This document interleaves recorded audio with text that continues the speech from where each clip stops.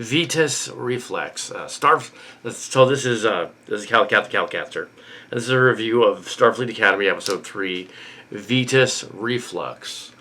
It was dedicated to a costume wardrobe designer named Carla Migliardi, who was the costume designer lady. She passed away in 2024. I don't know her, but it was dedicated to her. Notes. Basic plot of your story is the Starfleet cadets do a prank episode thing, very reminiscent of, well, many others like that. Can't just say it's Starfleet Locations, even though that is the plot of Silly Fleet Academy, the audiobook, back in '89. That's the plot. The 1988s and the 1987s have a war going on. Same plot. Our class, and then 1999s come in and they have a plan. So there's like 3 groups. Anyway, so there's like but in this one, in this one you have the cadets. Their names are coming clearer. There's a Caleb. There's a Genesis, of course, named after the Carta character from On Location. That's Genesis the Catbot. Yeah, so currently in the Carta series you have Genesis the Catbot as well. So there was a cat named Genesis in the 80s who was ironically a horn dog cat that was not spayed, that went around the neighborhood and impregnated all of the cats around the Cantrell area. So anyway, so yeah, there was a horn dog kitty. Genesis, big giant kitty. Not as big as my cat Houdini currently, but they're not related. Similar looking, similar pattern.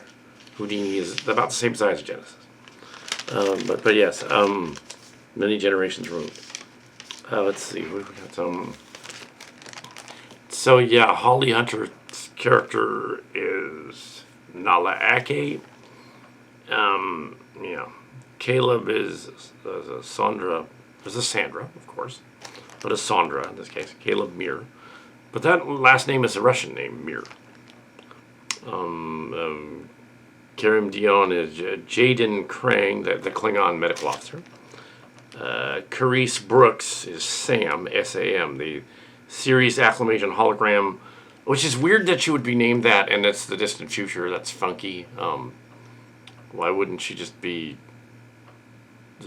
her a name? I mean, after so many years, you know. Oh well. Then we have George Hawkins as Dareem Raimi, who becomes one of the main characters of the story. He is from the planet Koinonia. He's the Cillian Borg-like guy. He is a fallen one from Starship Locations. That is what he is. He's from planet Koinonia, one of the colonies of the fallen one story, the Nepotesia colony. So that's what he's from. And Koinonia is, well, the snack group was the original academy at the church was Sunday Night Alternative College Koinonia, and he is a Koinonian. So he is related to the Cillians. He's related to the church people.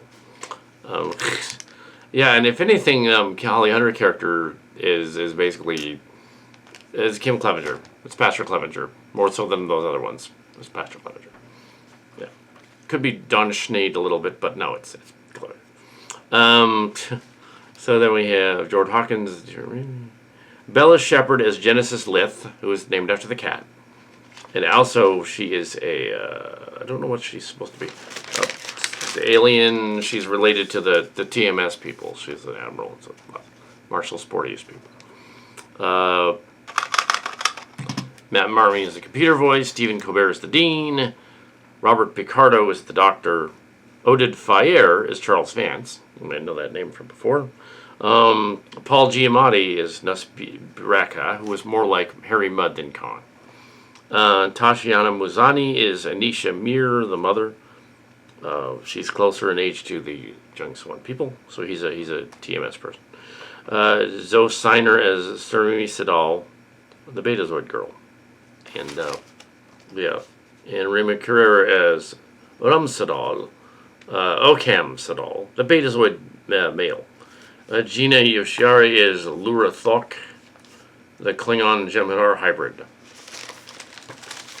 And yeah, so there's a prank going on the ship. There's the pranks. They're doing a contest to see which one is better between the Academy and the War College. Some of the commenters on some of the channels are like, wait, why is it called the War College? Why isn't it just Starfleet Security?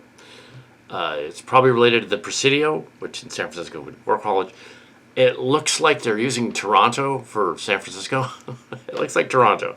They have to confirm that from Trek Yards. I haven't done that yet. I'm sure they mentioned it in their full review that I didn't watch all the way through. Also, Steve Shives was commenting on the haters online that were referencing the thing, that a couple of pictures they saw from they didn't watch, the right wingers didn't watch. I'm not going to name their names. Those right wingers are not worth naming their names. They got butthurt over pictures of a overweight officer and an overweight Klingon Jem'Hadar, but we don't really know how their physiology works as a hybrid species. What's making them butthurt is it's a strong, empowered female. And that's all it is. And she's of color. She's black. But so, and Star Trek has always been woke. And that idea that one of these right winger influencer guys who's very rich was saying, "Oh, Shatner should take over." Shatner, no. Obviously, he doesn't know his Star Trek history because Shatner got one chance to do a story. And even though, yeah, he's all over it because he's Captain Kirk, but he got one chance to direct a movie. It was Star Trek V. And of all of the Star Trek movies, it is one of the worst. Except for the character development. I'll give him the character development. But that movie was awful. But the character development was fine. But yeah, the story was just ludicrous. But granted, he stole it from the God Machine from Star Trek: The Motion Picture. But it's and something else, which became Star Trek: The Motion Picture. But in Phase 2. But yeah, Next Generation and DS9 did that later on too. So that's all I got to say about that. And yeah, Shatner wouldn't be a good choice. And he's 95. By his own admission, he'd be like, wait a minute, I don't want to take over Star Trek. That doesn't make any sense.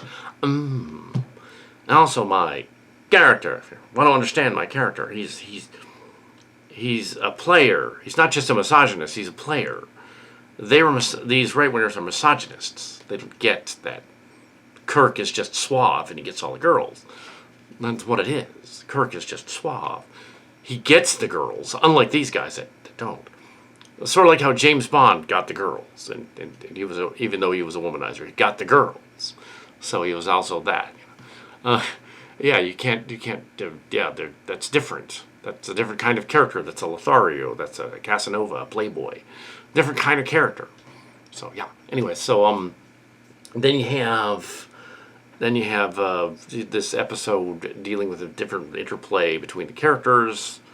On this episode, you have they're meant to be growing these space plant things that are apparently related to the Zeldanian Nintendosis plants from story again.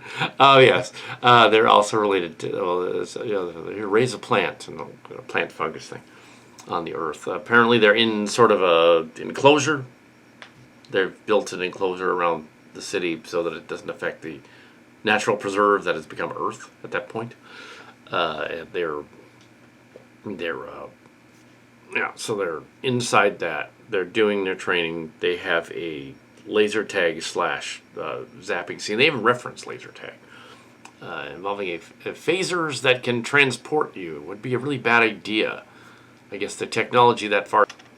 Hold on. So you have phasers that transport you, and you have. Yeah, that would be a bad idea. That'd be a bad design. You could kill people. Of course the Betazord chick is playing the guy who wants to get information, but she also likes him. But he's way too sensitive to be straight, so he's probably bi. Her brother is probably gay, and that's fine. They imply that Tig Notaro's character, Jet Reno, I keep saying Tig Notaro. I was going to say Tig Notaro's the character, but no, that's the actor. Jet Reno. Reno is the character. Is with the alien as well, the Jem'Hadar lady, who was not a Vorta. I was wrong in that other review. She's not a female Vorta. She's a Jem'Hadar, so it's different. My female Vorta character from Fearful Symmetry is different. But they can do that in the future. They've found a way to hybridize Klingon DNA to Jem'Hadar. Fine. That doesn't really go the wrong way. And also, I was also thinking, like, okay, the overweight characters they show on occasion. What about Scotty? He was overweight. They didn't say anything about that. He got overweight. What about, they didn't say anything. Harry Mudd and those guys. So, yeah, it's like, yeah. So, what's their problem? Anyway, what's their dysfunction? So in terms of an overall Academy story, pranks, this and that, they prank them, they go back and forth. There's Genesis and Mr.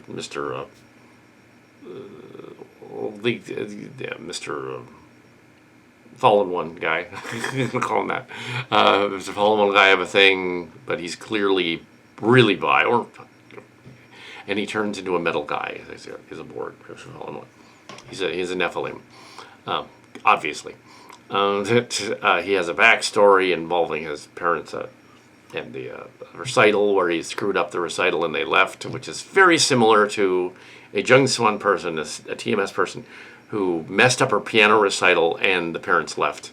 That's actually canon with Martial Sportiest and Jung SuWon on location. The only way they would have known that is if they'd read my stuff. Come on, guys. Come on. It's not even one of my characters. It's one of the... It was Sarah Kim. Yes. She's up to the planet that they didn't show up for the recital. And then in black belt testing, they left the black belt testing. It's kind of messed up.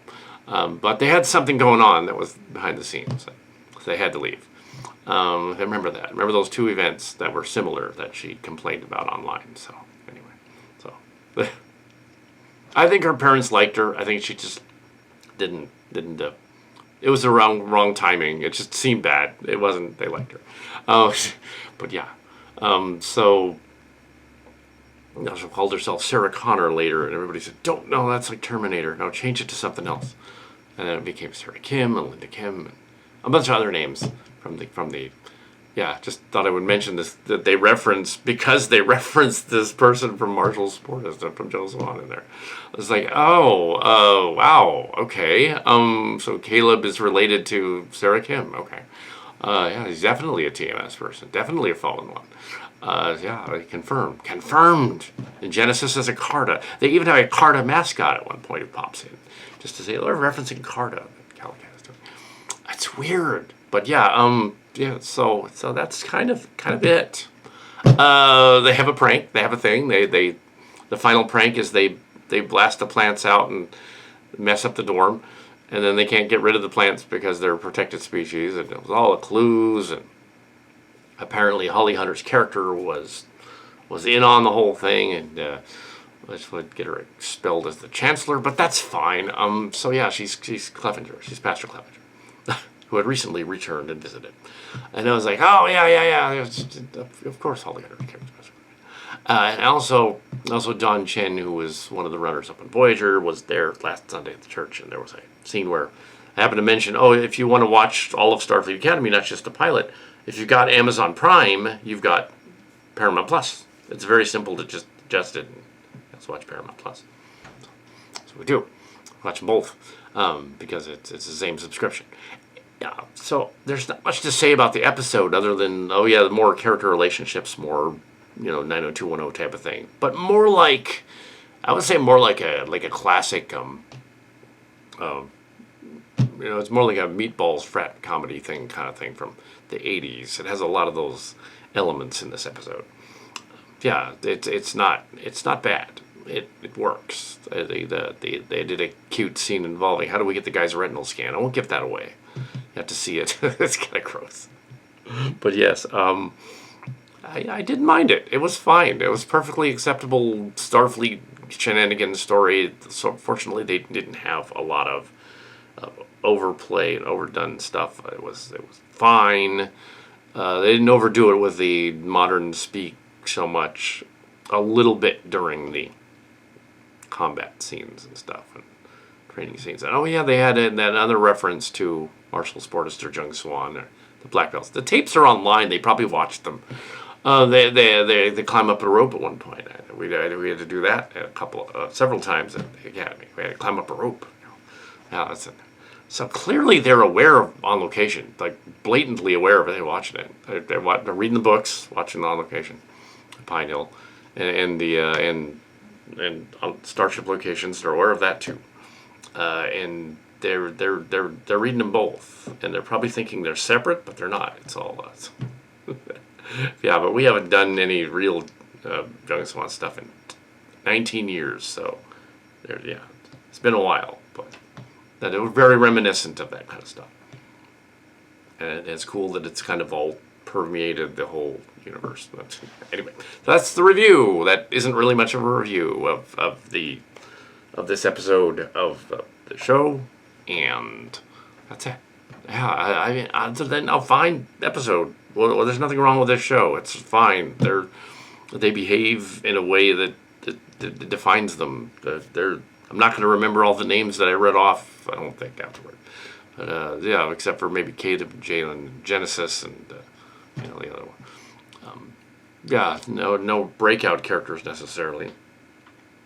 Or the Betazoid girl is very much reminiscent of the younger sister of Woodworth. I pointed out last time. Yes, the younger. So, I'm sure it's a coincidence, though, because in order for them to know that, they would have to know her YouTube show. That's completely different. So that's the only way that works. That she's not on the Silly Track show, so not yet. She's not cool enough. But yeah, she's all that character's totally me. It's just like yeah. That's weird. But yes, it's not. But it's very similar to that other girl from the junior cast that wouldn't be in Starfleet Academy just yet. Anyway, that's